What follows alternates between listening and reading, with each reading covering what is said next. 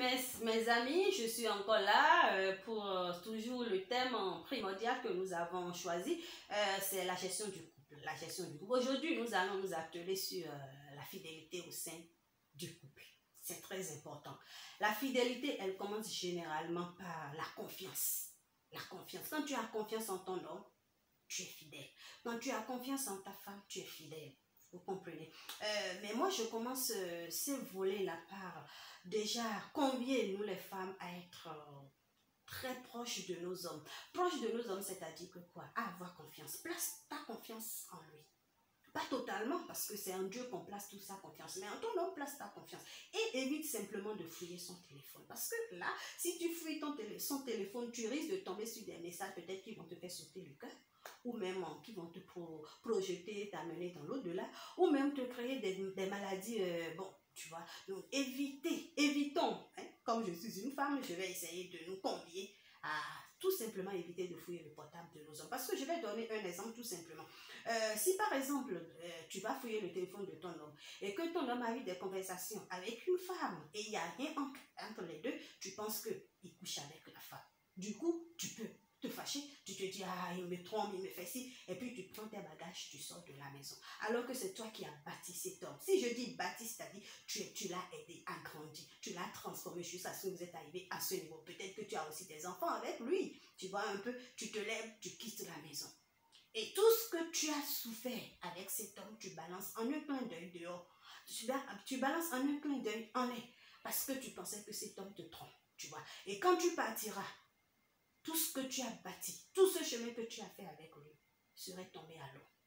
Pourquoi? Parce que peut-être qu'il t'a trompé ou non. Toi, peut-être que tu t'es trompé, tu ne sais pas. Du coup, évitons tout simplement de fouiller le téléphone. Et je convie également les hommes à ne pas fouiller le téléphone de leur femme. Parce qu'aujourd'hui, il paraît que les femmes aussi, elles sont très puissantes en cela. Elles sont très fortes en infidélité. Ah non, tout le monde ramène la balle à terre. Si vous voulez la paix au sein du couple, ne fouillez pas les téléphones. Ne fouillez pas les téléphones parce que vous risquez de tomber sur des messages peut-être qui vont vous foutre en l'air, qui vont vous faire perdre votre foyer. Et du coup, quel avenir vous donnez à vos enfants, vous qui avez déjà des enfants? Voyez un peu. Donc moi, je convie tout un chacun de nous, que ce soit l'époux, que ce soit l'épouse, à ne pas fouiller le téléphone de ton homme, ni de ta femme. C'est très important.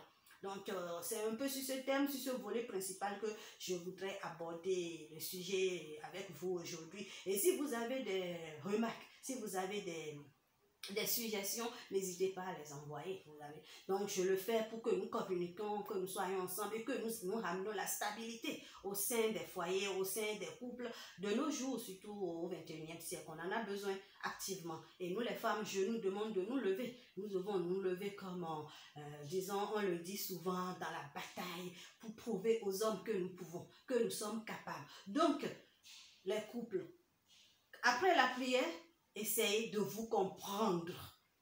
La fidélité, elle est très importante. Parce que lorsque toi, qui es infidèle, tu vas coucher avec une femme dehors, ou tu vas coucher avec un homme dehors, tu ne sais pas quel esprit tu ramènes à la maison. Et si, je donne un exemple, c'est l'homme qui va chercher une femme dehors, il couche avec une femme, il ne sait pas ce qu'il ramène à la maison, il couche avec sa femme, sa propre femme. Ça peut entraîner sa femme aussi à aller commettre l'infidélité. La femme, toi qui couches avec un homme dehors en étant marié, tu ramènes l'esprit à la maison.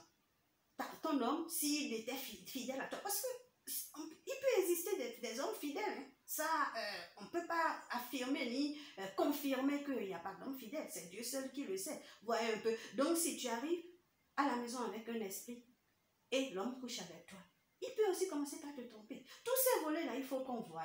Vous voyez un peu. Donc, moi, je voudrais convier tout un chacun de nous à la gestion, la bonne gestion de soi, la fidélité. Et puis voilà, chacun se respecte, chacun reste dans son coin. Et puis vous vous donnez de l'amour, vous vous donnez des câlins. Et puis généralement, si vous avez des problèmes au sein de votre couple comme ça, il ne faut pas tout de suite commencer par vous prendre la tête pour dire non, moi je pars, moi je laisse, non. Si vous le faites, c'est sous l'effet de la colère. La colère peut intervenir à tout moment au sein d'une relation, au sein du foyer, mais essayez quand même de vous retirer et puis après, vous revenez à de meilleurs sentiments, vous revenez dans une bonne humeur. Comme ça, vous allez voir, les choses vont reprendre. Et puis moi, ce que je remarque, c'est quoi? Lorsque vous avez des problèmes au sein de votre couple, je convie chacun à vous rappeler des premiers moments. Parce que vous savez, dans un couple, les premiers moments, c'est tellement fort. Le premier jour, vous êtes rencontrés, les premiers câlins, c'est tellement beau, vous voyez. Donc, dès que les problèmes commencent à la longue, rappelez-vous les premiers moments. Oui, au moment où il me faisait, disons, il envoyait du feu dans mes artères, dans mes tissus. J'arrivais pas à me tenir sur mes pieds, je tremblais, des choses comme ça. Dès que vous rappelez ces moments, vous allez encore ramener tout. Et puis ça va se passer normalement avec vous. Tout se passera bien. Excusez-moi. Bon, je vous convie tous à ça. Et puis, je vais revenir une autre fois et nous allons encore discuter autour d'un thème précis selon mon inspiration. Que Dieu bénisse tout un chacun de nous. Bye bye, à plus tard. Merci, bisous à tous.